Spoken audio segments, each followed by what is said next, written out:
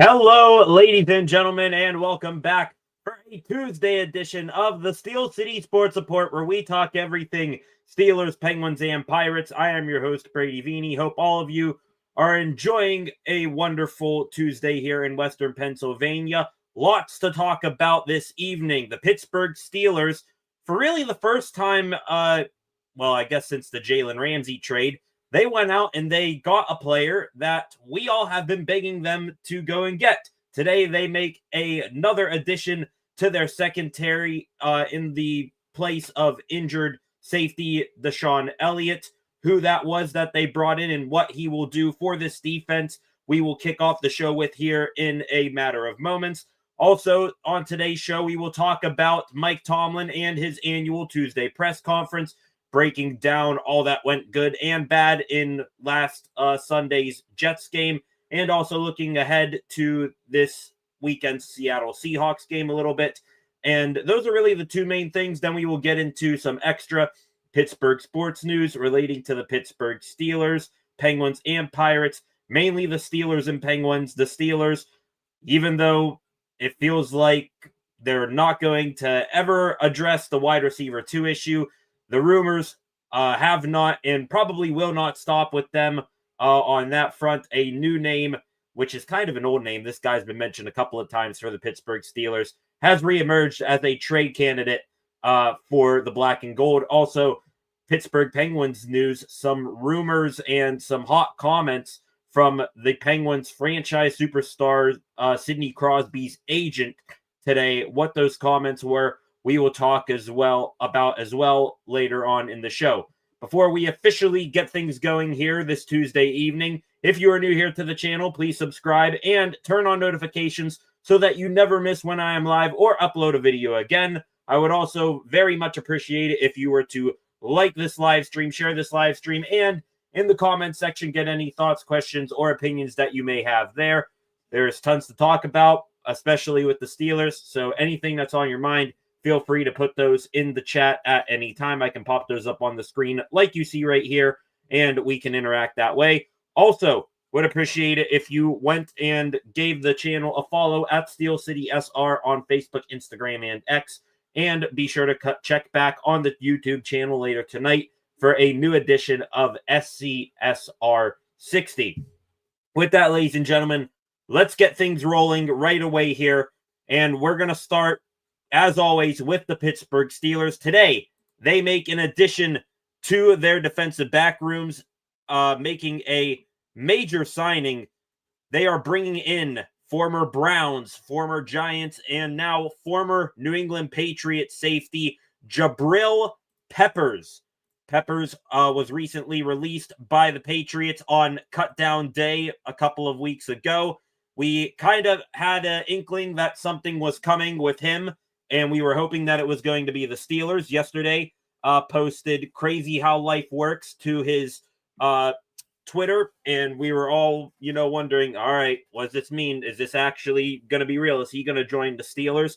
It is real. The 29-year-old in New England for the past 3 years. Last year, 40 total tackles, 2 tackles for loss, 1 interception, 1 forced fumble in 6 games, then was dealing with injuries.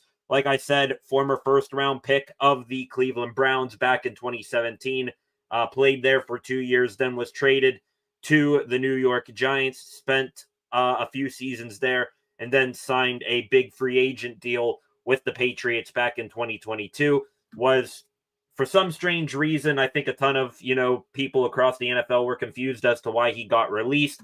New England, they went through a whole reshaping of their organization over the offseason, bringing in former Tennessee Titans head coach Mike Vrabel, I think bringing in some new front office people. So maybe Peppers didn't, fit their vision, even though the Patriots, they could kind of use any and all help that they can get at this point. So a little confused that he got released, but hey, as soon as he got let go of, Steelers, aside from the wide receiver 2 issue that is, still lingering, kind of, other glaring holes were on the offensive line and at safety depth for the Steelers.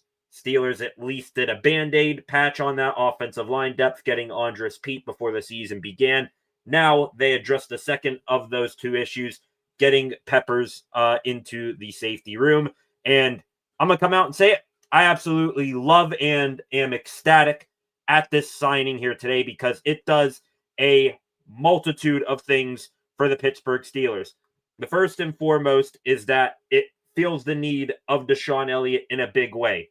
Elliott, we got news of this morning. He is expected to miss a couple of weeks. He has an MCL sprain, same injury as Derek Harmon. So you can kind of, predict the timeline here. Maybe he comes back for the Steelers-Ireland game if he's a quick healer here in 2 weeks. Or you're most likely looking at a return for him after the Week 5 bye, and the Steelers' schedule gets so much tougher, beginning with the Cleveland Browns in Week 6.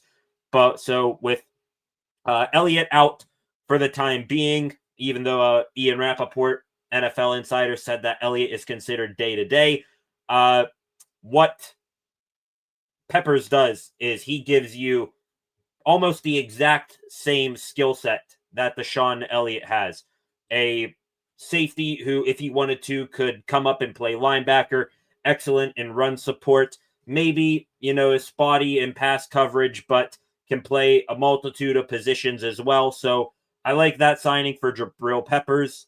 You don't really lose that much talent at the safety position now with Deshaun Elliott now. I know you had Juan Thornhill and Chuck Clark finish Sunday's game, but adding Peppers there, not saying that he is as good as Deshaun Elliott, but he is as close to a clone of Deshaun Elliott's game that you can get for free right now.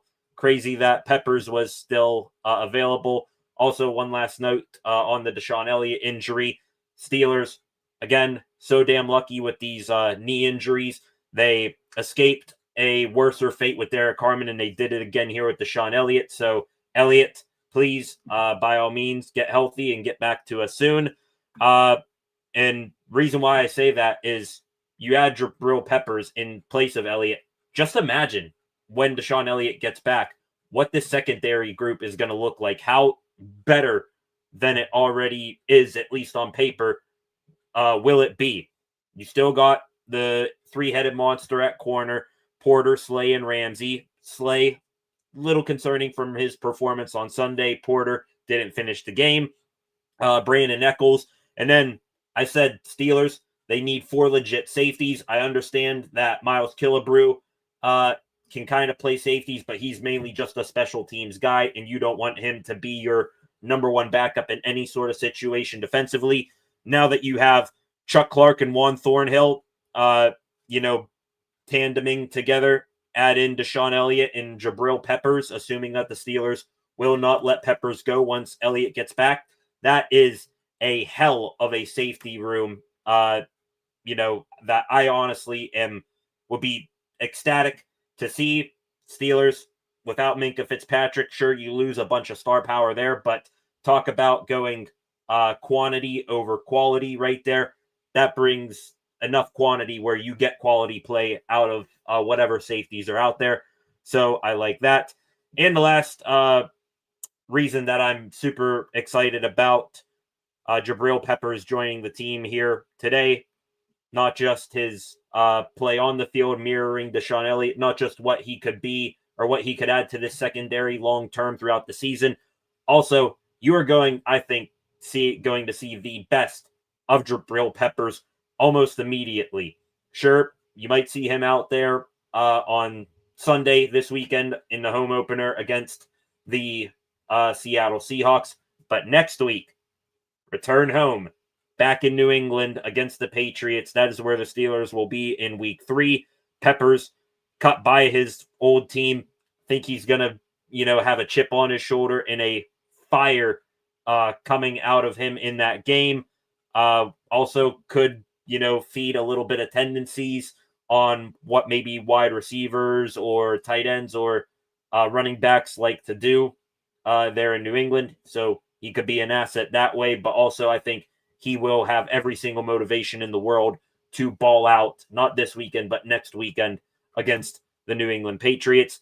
Just one other note here on the Jabrill Peppers signing. We talk about all the time how this Steelers defense is the highest paid in the NFL. And, with high pay also comes high pedigree.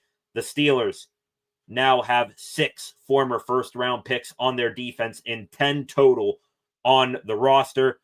Those 10 first-round picks that the Steelers now have on their current active roster: Aaron Rodgers, Cam Hayward, TJ Watt, Jalen Ramsey, Patrick Queen, Jabrill Peppers, Broderick Jones, Troy Fautanu, Derek Harmon, and Andres Pete. And also, the Steelers now will have by week 8, 17 players that are 30 years old, 9 of which will be on defense. So they're highly paid. They have high pedigree, and also they've been around the block a time or two. We'll see how this defense coalesces and builds chemistry throughout the season. Lots to improve on from Sunday's game. Now you add in another solid player who has made a living in the league, isn't just some guy you're bringing in off the couch. Excited to see what goes down moving forward. So, getting really excited about the Jabrill Peppers signing. What do you guys think? Let me know in the comments below. Speaking of Peppers, we do know that I mentioned, he might play a little bit on Sunday, but we won't know how much. It is the intention of the Steelers to play Peppers this weekend. Mike Tomlin, Steelers head coach, had his weekly Tuesday press conference this afternoon and spoke about Peppers a little bit. Hang on, let me pull up his photo here. Did say about Jabrill Peppers that he is purely a byproduct of the Deshaun Elliott injury. I hope Tomlin saying that isn't just, hey, he's going to come here for a couple of weeks and then we're going to release him. Did have high praise for Peppers, even though he said he is only here because Elliott is out. Said that Peppers is highly familiar with him, or said that he is highly familiar with him, not only from his time as a Cleveland Brown, but scouted him heavily when he came out of Michigan. He's a football player first, positional player second. He displayed position flexibility over the course of his career at either safety and run down nickel. He's been a capable guy in the special teams space over the course of his career, covering kicks, returning punts. He's just a good, well-rounded football player. Glad to add and have him in the fold. High praise there for Mike Tomlin. He was also asked some weird question, why didn't you draft Jabrill Peppers when he came out of the draft back in 2017? Tomlin said Steelers weren't picking that high. Even though Peppers went 25th. Tomlin was really high on him, said that he scouted him heavily in Michigan. That tells you just how good Tomlin is as a relationship builder. You can critique some other aspects of his, coaching style, but what you cannot deny is that he gets to know almost everyone in the NFL, and that is a big factor when it comes to the negotiation table. Tomlin, like I said, mentioned that Peppers is here purely because of Elliott's injury, said that Peppers will get up to speed throughout the week, and then they will figure out how to divide the labor up in the safety room. Tomlin mentioned Elliott again in the injury report. Derek Harmon, Malik Harrison, Deshaun Elliott, all on this Tuesday ruled out for this weekend's game against the Seahawks by Tomlin, all 3 of which with knee injuries. At least we know Harmon and Elliott, the same injury, an MCL sprain. Know that Malik Harrison had a knee injury, but what specific type of knee injury, I have no clue. Hopefully, he, just like Harmon and Elliott, will be a short-term thing and not something long-term. However, besides those 3 going out or being labeled as out this weekend, good news on the injury front. Joey Porter Jr., who did not finish Sunday's game with hamstring tightness, and Nick Herbig, who missed Sunday's game, I believe, with a hamstring injury as well, or a groin injury. Those 2 are optimistic. Tomlin described them as when comes to their participation throughout the week and playing coming up here on Sunday. More on Derek Harmon, just a sidestep real quick. Alan Saunders, who covers the Steelers for Pittsburgh Steelers Now, said that Harmon, even though he has already been ruled out, he is expected to ramp up his participation in practice for a return in week 3. Couple other notes for Mike Tomlin and his Tuesday press conference today, talking about the game last Sunday against the New York Jets. He clearly upset with both sides of the ball, even though the team won. His exact quote here: "We met as a team and we looked at the Jets game. Certainly a lot to learn. I'm thankful we did enough to win the game, but there were certainly things indicative of week 1 football. We lack in some fundamentals and communication and other things that can cause you to play less than stellar at this point of the season." Said all that, but did say that, certainly there were some week 1 things, but said that he's happy that they got out with the win, and also that the Steelers were one of the least penalized teams across the NFL over the weekend. Talking specifically about things he would like to see improved, Tomlin attacked the trenches especially and called them out in his press conference today. Said that he wants to see the Steelers give Aaron Rodgers more protection, especially on play action, so that they can get chunk plays down the field. Tomlin said he would also like to see them run the ball more in volume, but that they had nothing going on in that department on Sunday. 2 guys in particular that he called out in his press conference today on the offensive line, at least, Broderick Jones and Troy Fautanu. Said that Jones certainly could have been better and that the quarterback got hit too much. He was a component of that, but also that he added that he's not worried about Jones quite yet, or at least from a confidence standpoint.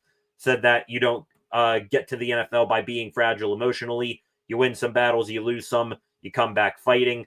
As for what he said about Troy Fautanu, said that his performance could have been better as well. My personal feelings on that: Troy Fautanu, not so much worried about him. I mean, yeah, he had a struggle in week 1, but that also was his first, regular season football in over a year. As for Jones, we are quickly approaching DEFCON 1 here because, I mean, just the way he got beat from all sorts of different types of pass rushers that the Jets threw at him. It was very, very worrying at points in the game. It was pretty much by necessity just to get a clean playoff to have either Darnell Washington or Caleb Johnson helping him out in pass protection. He got whooped down in, down out by Will McDonald, Quinnen Williams, pretty much anyone who lined up across from him. So I hope that I'm wrong in saying that he is quickly approaching bust territory, but calling it like we see it. Got a lot to improve and a lot to show in quick order here, or else he is going to find himself on the bench, or else Aaron Rodgers is going to be, limping off the field again with another injury. Few other notes from Tomlin's press conference today. He just talked about the offensive line. Also mentioned the defensive line. Said that the defense, like the offensive line, lacked fundamentals, and that also they didn't whoop enough on blocks against the Jets. Said, I didn't think we whipped enough blocks and made enough tackles. Those are fundamental things. We'll certainly work to get better there. He also mentioned that schematic adjustments as well could be coming to, help the Steelers get off blocks and also help stop the run. However, even though he said we'll change things up schematically, did not say that they will be looking at changing personnel. Said that there's no real strong consideration on moving players around the defensive line, putting players in, taking players out of a starting role. Mentioned Keanu Benton specifically, who is looking real rough at nose tackle right now. Said that it is a reasonable expectation for Benton to get better this week as opposed to next week. Same thing pretty much as Broderick Jones. Hopefully brighter days ahead for Keanu Benton. And the final thing that Mike Tomlin said today in his Tuesday press conference that was of real note. Didn't really mention all that much about the Seahawks. Did mention, went through his whole shtick, gave pretty much every single starter for them, a glowing endorsement, said that he likes the game of their running back, Kenneth Gainwell. Jackson Smith and Jigba will be, treated carefully, called Sam Darnold battle-tested, something like that. So aside from that, Tomlin talked about Jalen Ramsey and the penalty that he had in the red zone against the Jets, and that then resulted in the Jets scoring a touchdown. I think Ramsey was called for an illegal trot block. Tomlin said he's been in the rules committee for years, said that he didn't think that Ramsey did anything wrong. He was just trying to make a tackle, and that he went in low to skinny himself up to get around the blocker. So Tomlin going to bat for his players still. And that is it for him on his Tuesday presser. We'll be expecting more in the coming days relating to the injury front. We'll see what the participation is like for Joey Porter Jr. and Nick Herbig. Hopefully no one else goes down throughout this week of practice. But scathing words from Tomlin. Said that fundamentally wise, the defense and the offense, the trench warfare that those two units conducted on Sunday was not good enough. And we will now wait and see if on Sunday they will respond to their head coach's displeasure. To all of you in here right now, welcome to the channel. If you're new here to the channel, please subscribe and turn on notifications so that you never miss when I'm live again. 5 of you in here. If you have not done so, please hit that subscribe button. Also, leave a like, share this live stream, and leave a comment in the comment section. Any thoughts, questions, or opinions that you want to get out there, feel free to type those in and we can interact that way. Going to begin the more Pittsburgh sports news segment here of the program in a minute. Good bit of extra news to talk about today. In the meantime, let's go back to Twitter, see if we have any new information from stories here today. Seeing a bunch of Browns fans posting the Myles Garrett having 2 sacks over the weekend compared to TJ Watt, who had none. I will say, what's the win total between those two players? Don't think that's looking too good in Garrett's favor. Also seeing a bunch of stuff today. Looks like we are going to get some mic'd up footage of the Steelers and Jets. I think Aaron Rodgers and Jalen Ramsey amongst the mic'd up guys for the Steelers. Will be especially interested in seeing how Jalen Ramsey sounds. He was in the middle of a ton of different confrontations on Sunday. One not to shy away from conflict. We're going to stick right there, ladies and gentlemen. Let's get into the extra Pittsburgh sports news of the day right now. Sticking with the Steelers, other than Jabrill Peppers signing with the team, the other massive news story for the Pittsburgh Steelers today is that they could not, despite what they say, inside the building and how they feel about this position group, they could still be in the market for an addition to the wide receiver room. And this one, at least star power wise, could be one of the biggest names mentioned yet for the Steelers. According to Pro Football Talk, that is Chris Sims and Mike Florio, that whole group right there. They are reporting that there is chatter that the Steelers could be in the market for Dolphins wide receiver Tyreek Hill. Hill down there in Miami right now. Things not going well for him on really in really any sort of way. His first couple years down there in Miami after being traded there from the Kansas City Chiefs, had a good first year. As a matter of fact, I think he was the top receiver in the league 2 years ago. But since then, the Jets and him, they have slowly but sharply started to have a divorce. Hill, 31 years old, 5'10", 190, the cheetah, as they call him, though I think he is starting to lose a bit of that speed. Last year with the Dolphins, not going to look at his week 1 stats. Not much to look there. 4 receptions for just 40 yards. But last year with the Dolphins, 6 touchdown receptions, 81 receptions for 959 yards, almost a 1,000-yard season. It's really hard for me, to say I would do almost anything to get Tyreek Hill on this team. He is a high pedigree player, has accomplished a lot in his NFL career. 8-time Pro Bowler, 5-time All-Pro, won the Super Bowl with the Chiefs. But I think out of everything that is going wrong with the Miami Dolphins down there right now, he is probably the leader of the drama that is stirring down there. And the Steelers, say what you will about Mike Tomlin and his ability to get the most out of sometimes head case wide receivers. But this team, drama-free pretty much right now. Jalen Ramsey got a lot of flack from, Dolphins fans saying, oh, he's going to be tough to handle, when Pittsburgh gets him, but haven't seen anything from that yet. Could the same thing happen with Tyreek Hill? Possibly.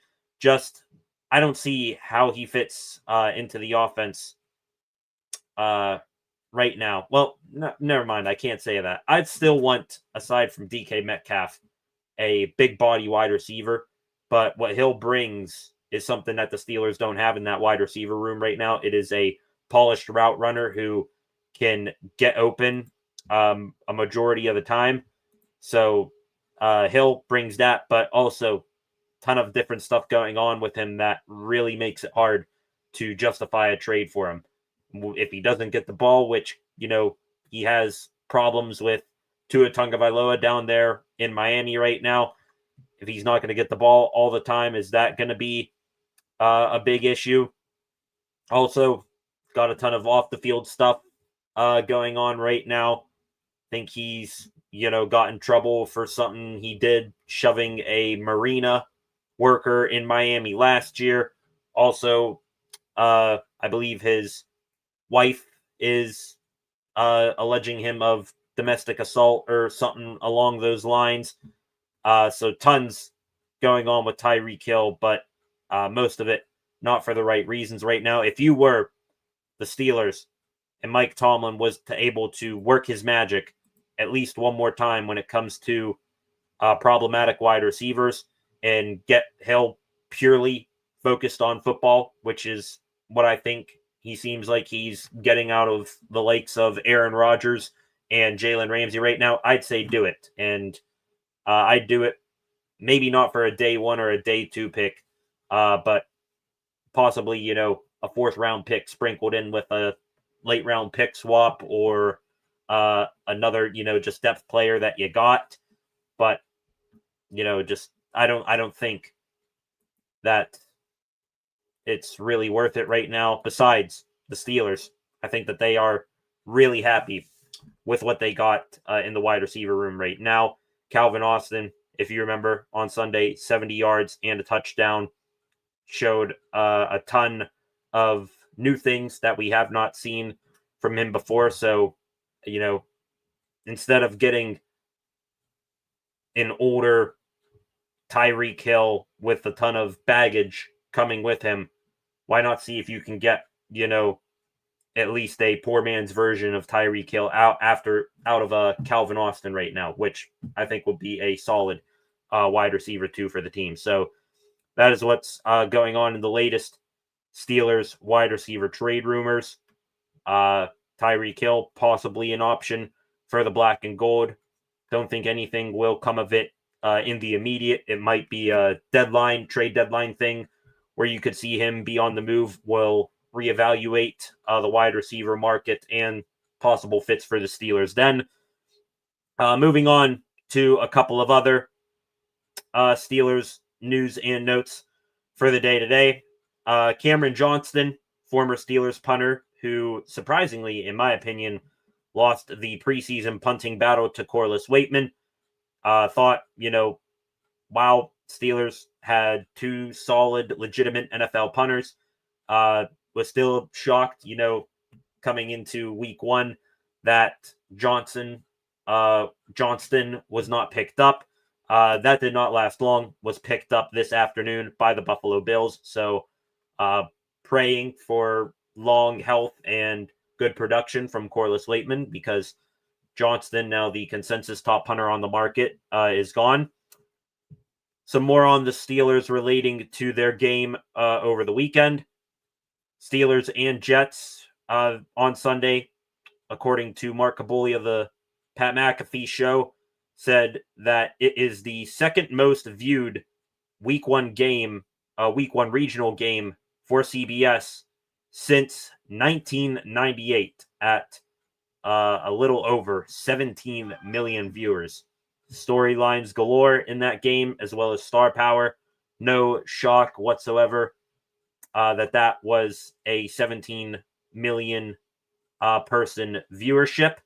Also, aside from the star power and storylines, probably the most exciting game, still second most exciting game to the Bills and Ravens Sunday night game. But two teams that you did not expect to get into an offensive shootout. I'm sure tons of people tuned in once they saw the score kept going up and up. Speaking of that game on Sunday, got new footage. Like I said, there's some mic'd up stuff coming out, I think, later today from that Steelers-Jets game. We did get sideline footage of Aaron Rodgers on the final play where Jalen Ramsey popped Garrett Wilson and the ball was incomplete to seal the game for the Steelers. And Rodgers, his reaction in that video, and really his reactions throughout the game, that tells you that at 41 years old, he doesn't just look like old school Aaron Rodgers, the four-time MVP, Super Bowl champion Aaron Rodgers. He also is still loving the game in every single step of the way. You see right here, hit coming from Ramsey. Rodgers fired up as hell. Also gives a fist bump and a let's go, looking out at the crowd that I'm sure was very hostile for him. At least, partially. Steelers fans took that MetLife Stadium over quite well. But just love seeing that from Rodgers, is that he is still fully invested. He looked good, but also he is, in every single aspect still acting and showing that he is fully committed to this team. Love seeing that. Just last two extra Steelers notes here for the day. We just mentioned the viewership for the Steelers game last weekend. This upcoming weekend, week 2, Steelers and Seahawks, that game will be on Fox. We now know the broadcasting crew for that game. Adam Amin and Mark Sanchez will be in the booth. Christina Pink on the field. And the final story of the day relating to the Pittsburgh Steelers, a very happy birthday is in order for former Steelers and Super Bowl champion defensive coordinator Dick LeBeau.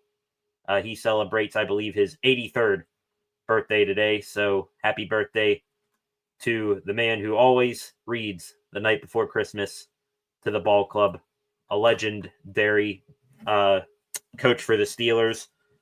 And even though he was just a coordinator, I think once you mention all the coaches, doesn't have to be head coaches, that were a part of the Pittsburgh Steelers throughout their illustrious history, solid chance that Dick LeBeau's name comes up after you mention Noel, Cower, and Tomlin. So happy birthday to Coach LeBeau. Switching gears here, ladies and gentlemen, just two more news stories here, three more news stories here from the day, two of which are for the Pittsburgh Penguins. And the Penguins story today, we are slowly creeping into the season for the Pens hockey season, right around the corner. Preseason games about to start here soon, and we are under a month until the Pens season opener against the New York Rangers. And with that, as we are about to begin real hockey talk, the drama continues to follow the Pens. And no, it is not about, trade rumors surrounding Rickard Rakell, Brian Rust, Erik Karlsson. These national insiders for hockey and national media types keep going back to the well on this because Sidney Crosby with the Pens just had a Las Vegas NHL player media tour, and Pierre LeBrun, NHL insider for TSN, spoke with Sidney Crosby, talking about, the speculation on Crosby and his future, saying that, that's the hard part about losing, I think is what Sid said about, all the speculations surrounding him. But then throwing gasoline onto this fire that will never be put out, his agent, Pat Brisson, representing Sidney Crosby throughout his career, dropped this quote about the rumors about Crosby, potentially getting traded at some point in the future. Said, it's a possibility, It's been 3 years in Pittsburgh, hasn't made the playoffs. It all depends on how Sid is going to be and how the team is going to do. I believe that Sid should be playing playoff hockey every year. That there from Pat Brisson. Instead of like what Crosby has done and what the Penguins have done for years, immediately, trying their best to put to bed saying, hey, Crosby's not going anywhere. Brisson opening up this can of worms even more to the point now where all of our timelines on social media are going to be filled with desperate Canadian fans, pretty much any Canadian team, and I'm sure a couple other teams that are in big markets or have friends of Sid's. So just absolutely terrible there from Brisson.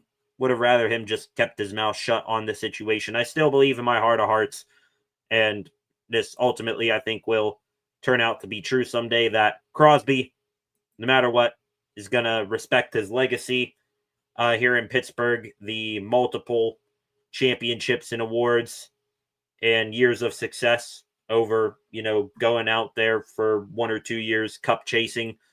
But Brisson, I mean, come on, you're killing me here. So, Pierre LeBrun, dropping that quote that Pat Brisson gave him, said that Montreal is always, a rumor for Sid. Also mentioned that this isn't a Kyle Dubas decision. It will be Crosby and Brisson at the wheel.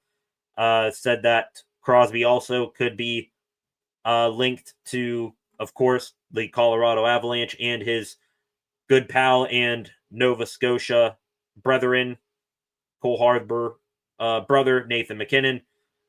But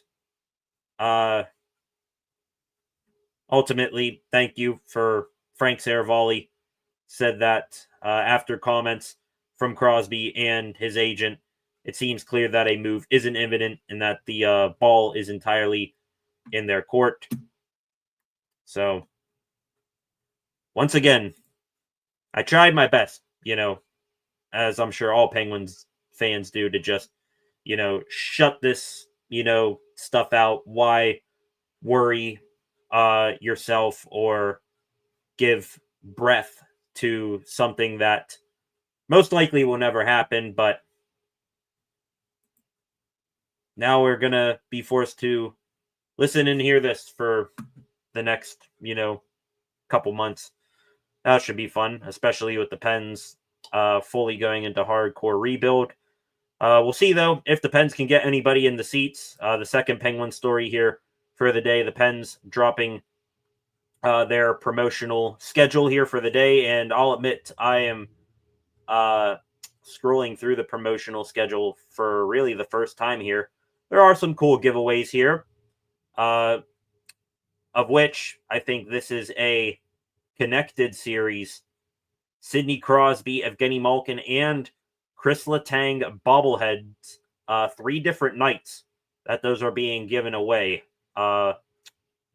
Crosby bobblehead in December, the Malkin bobblehead in January, and then the Letang bobblehead in March.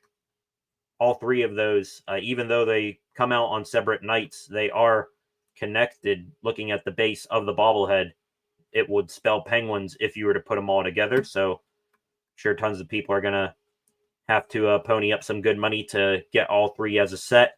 A couple other cool items or cool promotional nights in here. There's a Penguins Zamboni gravy boat that comes out November 26th. I think that is right before Thanksgiving. There's a Pens camo hat November 9th.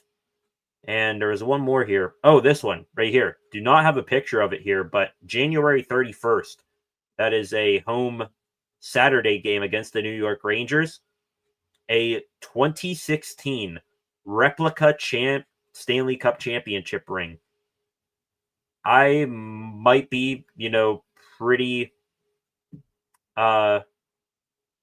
unknown of what other promotions NHL teams do, but a Stanley Cup championship ring, a replica ring giveaway. That sounds awesome. And then after that, those, giveaway items, theme nights, of course, the whole lot of them. Pens Hall of Fame night, Saturday, October 25th. Pittsburgh night, November 6th. We got Star Wars night. That 2016 Stanley Cup replica ring night on January 31st. That is also a reunion night. So you'll see a good chunk of that Stanley Cup championship winning team that night. Did not do the 2017 replica night, though. I guess they'll do that next year, 10-year anniversary of the 2016 Cup Championship next year. Then 2027, they will do, I'm sure, the 2017 crew. So lots of cool promotional giveaways there for the Penguins. Last bit of news here, wrapping up the stream here tonight, ladies and gentlemen. Pittsburgh Pirates, as a matter of fact, broadcast for Pirates pregame came on not too long ago here. To my right, no real new news for the Bucks tonight, except that they are in action coming up here in roughly 20 minutes. They begin a 3-game series in Camden Yards tonight against the Baltimore Orioles. Lineup tonight for the Bucks: Jared Triolo, Spencer Horwitz, Brian Reynolds, Tommy Pham, Andrew McCutchen, Nick Gonzalez, O'Neal Cruz, Henry Davis, and Cam Devaney. That is pretty much as strong as a lineup as this pathetic team can put out there right now. Not pathetic team, pathetic GM.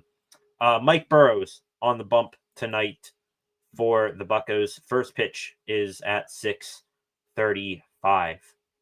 And going to take one more scroll here through Twitter, ladies and gentlemen, see if anything else is going on. If not, that is going to be it. And hang on here. We actually do have one extra news item here. This from Josh Yohe. He covers the Penguins. This is in regards to Erik Karlsson. I wouldn't be shocked if you hear his name pop up sooner rather than later. Detroit's the team I've heard the most. Yohe saying that on the Kevin Karius show. So interesting there. That is really the first time in, I'd say, a good 3 weeks, if not a month, that we have legitimately heard something about, Carlson and the Penguins, just Penguins trade rumors in general. Hold on here, guys. There you go. All of a sudden, the sun comes out to play here today. Real quick to the comment section, real quick. Freight Train, what is going on? Freight Train. Hey, Brady, been really busy trying to prepare for the completion for the competition, but I've been listening. Great game Sunday, and Roger still has it. Thank you, Freight Train, for commenting and following along like normal. But yeah, Rogers looks like he's still got one more run left in him. Now it is against the Jets, so let's keep that in mind. Jets, notoriously bad franchise. Could their defense be real this year? Sure. But I'm not going to count on them being a top 10 defense when it's all said and done at the end of the year. Think the Seahawks are just as good of a test this upcoming weekend. Solid defensive line. They got 2 elite corners. Or they've invested really heavily draft capital-wise into that secondary. Tariq Woolen, Devin Witherspoon, Nick Emenwari, sure, a couple other guys that I am forgetting. So yeah, keep an eye out on the Seahawks defense. Might be a little bit of a better challenge for the Steelers offense this weekend. And then after really, I think the Patriots defense will be all right to go up against. Then you got the Vikings, who are, I think, an underrated unit in the league. So that should be fun. Just real quick, finishing up my notes on that report from Josh Yowie that Erik Karlsson could pop up sooner rather than later. The Detroit Red Wings, they are an interesting group there. They have, I think, got a ton of young players, some of whom I'm sure are looking for a better chance on another team instead of being buried into the on the bottom 6 of that team. So yeah, we'll find out.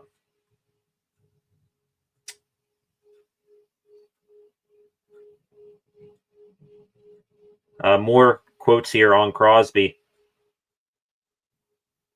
Said in his interview with Pierre LeBrun, talking about speculations linking him to the Montreal Canadiens. To know that a team like that wants you, it's not the end of the world. It could be worse. Sid, no one, nobody more than Pittsburgh fans want you. Also, let's not act like that if you were to be put on the trading block legitimately right now, that Kyle Dubas's phone would explode because so many people are trying to call it. All 31 other NHL teams would put in a hefty bid for you immediately. So don't, sell yourself short here. But, let's not forget, nobody wants you more than the people that have had you forever. A couple other notes here that I am scrolling past before we log off. These two, at least somewhat Pittsburgh Steeler affiliated. The Steelers have just waived corner Cameron McCutcheon from their injured reserve list with an injury settlement.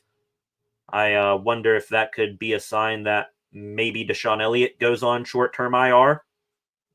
That would then create a space on the roster. The Steelers do still need to make another active roster move to create a position for Jabrill Peppers.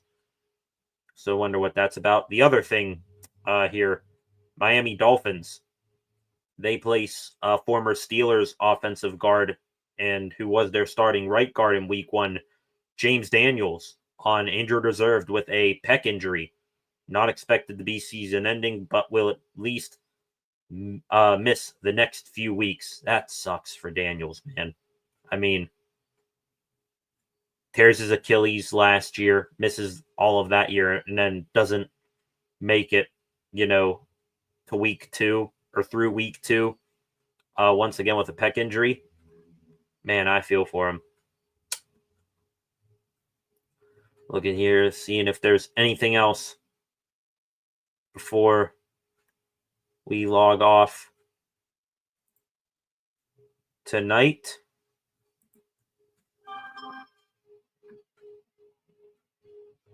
More on this here is on Crosby talking about Team Canada at that media availability, talking about former first overall pick Macklin Celebrini. He's earned the right to be in the conversation to make Team Canada for the Olympics.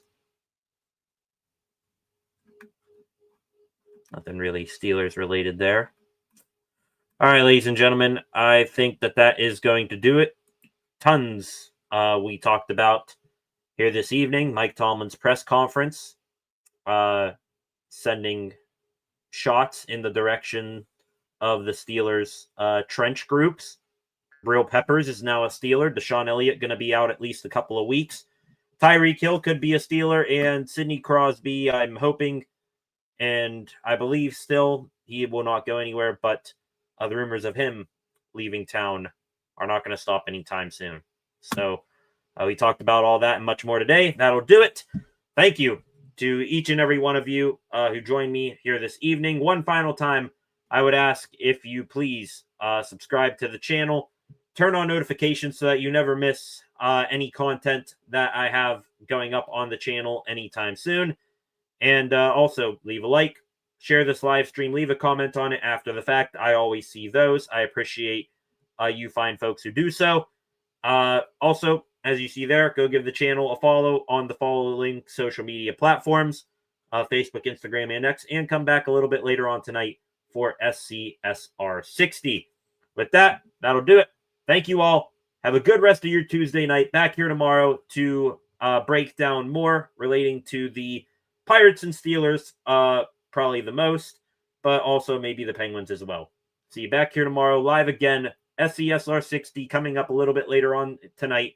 Have a good rest of your evening. Peace.